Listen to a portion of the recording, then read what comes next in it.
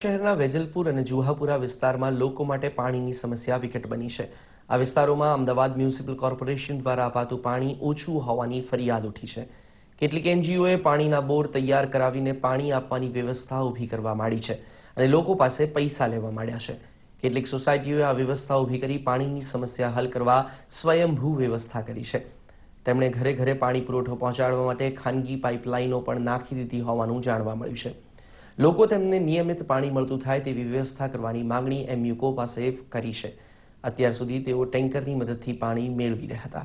સ્થાનિક રહેવાસીઓએ પાણી અંગે પડતી મુશ્કેલીઓ અંગે જણાવ્યું હતું। શિયાળામાં આટલી પાણીની તકલીફ છે તો ઉનાળામાં બહુ જ સમસ્યા થઈ જાય છે, એટલે તમે જેમ બને તેમ અમને પાઇપલાઇનની સમસ્યા કરી આપો। ટેન્કરનું પાણી અમારા ઘરમાં તો ઉચકાતું નથી, તમે તો પાણી વગર ના જ રહીએ છીએ।